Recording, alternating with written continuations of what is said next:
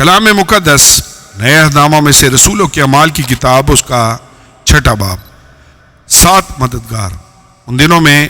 جب شاگرد بہت ہوتے جاتے تھے تو یونانی مائل یہودی عبرانیوں کی شکایت کرنے لگے، اس لیے کہ روزانہ خبرگیری میں ان کی بیواؤں کے بارے میں غفلت ہوتی تھی۔ اور ان 12 نے شاگردوں کی جماعت کو اپنے پاس بلا کر کہا، مناسب نہیں کہ ہم خدا کے کلام کو چھوڑ کر کھانے پینے کا انتظام کریں۔ بس اے بھائیو، اپنے میں سے 7 نیک نام شخصوں کو چن لو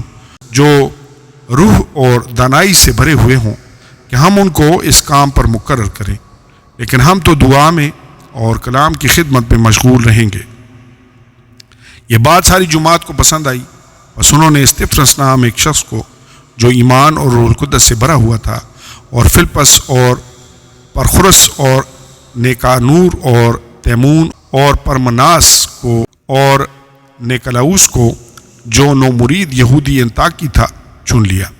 اور انہیں رسول کے آگے کھڑا کیا۔ انہوں نے دعا کر کے ان پر ہاتھ رکھے، اور خدا کا کلام پھیلتا اور یروشلم میں شاگردوں کا شمار بہت ہی بڑھتا گیا، اور کاہنوں کی بڑی گروہ اس دین کے تحت میں ہو گئی۔ استفنس کی گرفتاری۔ اور استفنس فضل اور قوت سے بھرا ہوا لوگوں میں بڑے بڑے عجیب کام اور نشان ظاہر کیا کرتا تھا کہ اس عبادت خانہ سے جو لیبرتینوں کا کہلاتا ہے،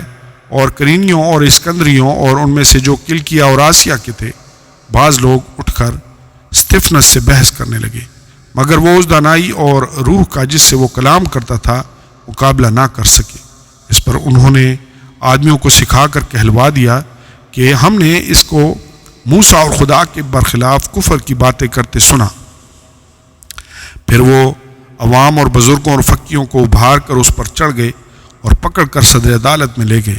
اور جھوٹے گواہ کھڑے کیے جنہوں نے کہا کہ یہ شخص اس پاک مقام اور شریعت کے برخلاف بولنے سے باز نہیں آتا، کیونکہ ہم نے اسے یہ کہتے سنا ہے کہ وہی یسوع ناصری اس مقام کو برباد کر دے گا اور ان رسموں کو بدل ڈالے گا جو موسیٰ نے ہمیں سونپی ہیں۔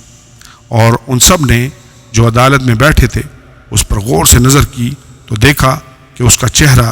فرشتہ کا سا ہے۔ آمین اور آمین۔